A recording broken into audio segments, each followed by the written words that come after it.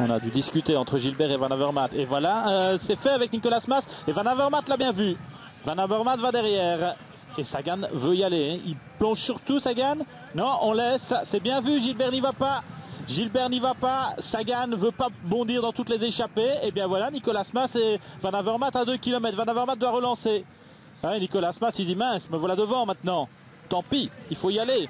Van Avermaet et Nicolas Mas. Sagan ne roule pas.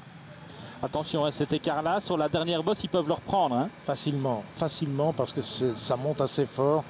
Et les Sagan, les plus explosifs vont sortir automatiquement. Sagan n'y va pas, mais il maintient quand même un rythme soutenu derrière pour empêcher que l'écart ne grandisse.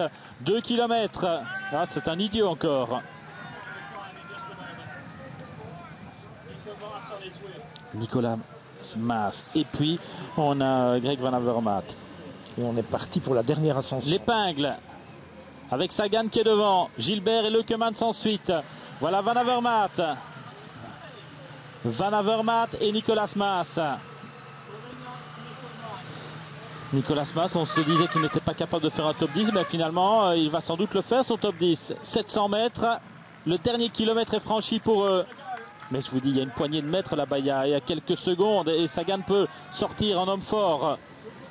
De Volder, on ne l'a plus vu depuis tout à l'heure. Van Avermaet relance. Van Avermaet relance et c'est trop difficile pour Nicolas Mas. Nicolas Mas qui va être avalé, englouti par le groupe Sagan. Van Avermaet il va, il donne tout, il est dans le rouge peut-être, Van Avermaet. Et Sagan qui doit rouler, Sagan qui doit faire l'effort. Sagan avec Gilbert. Sagan et Gilbert dans la roue, Van Avermaet qui coince un petit peu, Gérard. Van Avermaet qui coince et Sagan qui va partir de loin parce que c'est quasiment un sprint lancé là pour Sagan. Sagan, Gilbert, Leukemans. Van Avermaet qui va être pris, voilà Sagan qui sort. Ouf, voilà Sagan qui fait un numéro, Gilbert qui ne sait pas y aller, Gilbert qui coince à son tour 1 mètre, 2 mètres, il serre les dents, Philippe Gilbert il veut revenir, il peut revenir sur Peter Sagan. Sagan qui change, qui remet une dent là, hop là, on a vu le petit geste dérailleur, Sagan qui se prépare pour un sprint, Sagan et Gilbert, le champion du monde et le champion de Slovaquie, Tourminator et Philippe Gilbert, Leukemans est en 3e position. Leukemans, alors pour lui peut-être sa chance c'est que ça se regarde devant. Philippe Gilbert qui a fait l'effort pour revenir, il reste 300 mètres sur l'effort, Leukemans qui doit y aller. Oui, il devrait sauter, mais il faut être capable. Il faut être capable. Sagan qui se retourne. Beau retour de Leukemans. Très beau retour de Leukemans. Leukemans et Gilbert. Et voilà Sagan dans la dernière ligne droite. Sagan, Gilbert et Leukemans. Gilbert danseuse qui va lancer de très loin. Leukemans ne sait pas y aller. Gilbert lance de loin. Sagan dans la roue. Est-ce que Gilbert peut tenir et s'imposer ou Sagan va le remonter? Sagan va faire son effort maintenant. Sagan qui va remonter, qui va sans doute s'imposer. Sagan ou Gilbert? C'est Sagan. C'est Sagan devant Gilbert.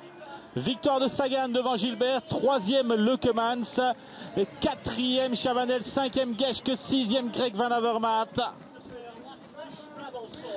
7e maintenant, voilà Malacarne, 8e de Volder qui était je pense un peu cuit, 9e Paul Voss, 10e Kenny de Haas et 11e Nicolas Mas.